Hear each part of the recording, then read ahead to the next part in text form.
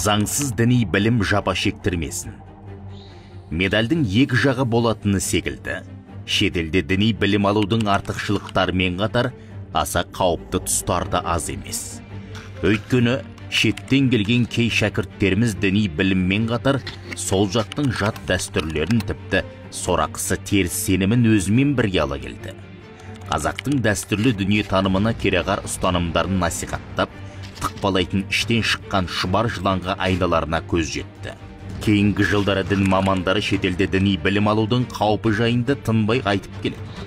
Сөз жүзінде ғана емес, іс жүзінде де елімізде діни білім алуға толық жағдай жасалды. 10 шақты медресе мен бір университет ашылып шәкірт оқыта бастады. Одан қалды өзге мұсылман мемлекеттеріндегі ресми оқу орындарымен байланыс орнатылып, діни білім алам деген жастарға адастырмайтын бағыт-бағдар беріліп келеді. Өкінішке қарай соқырға таяқ ұстатқандай қылып мүмкіндік жасалып жатқанына қарамастан, шетелдегі күмәнді діни орталықтарға білім алу үшін кетіп жатқан жастарымыз әлі де бар. Әсіресе діни сауаты таяз жандарға таза шариғат, таза исламды үйретеміз деген желеумен өз идеологияларын миларына сіңдіретін деструктивті ұстанымдағы марказдардың мысы басым.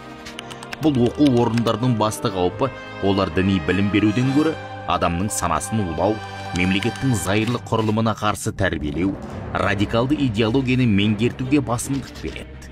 Бұдан шыққан жастар қоғамнан оқшауланып, мемлекет заңдарын мойындамай, айналасына қауіп төндіретін деңгейге жетуі мүмкін. Оның алдын алу үшін біріншіден діни білім алғысы келетін жастарға отандық ресми медреселер мен университеттерде сапалы, заманауи білім берілетін насихаттау қажет. Екіншіден, ата-аналар мен ұстаздар жасөспірімнің қызығушылығын, айналасын, интернеттегі әрекетін бақылап, қажет кезінде дұрыс бағыт-бағдар бере білу қажет. Үшіншіден, ақпараттық қауіпсіздік пен медиа сауат заманның басты қажеттілігі. Жастардың білім алуға деген ұмтылысын қолдау қоғамның парызы. Алайда бұл ұмтылыс дұрыс жолмен заңды қауіпсіз бағытта жүзеге асуға тиіс. Ұрпақтың рухани тәрбиесі елдің ертеңі екенін естен шығармайық.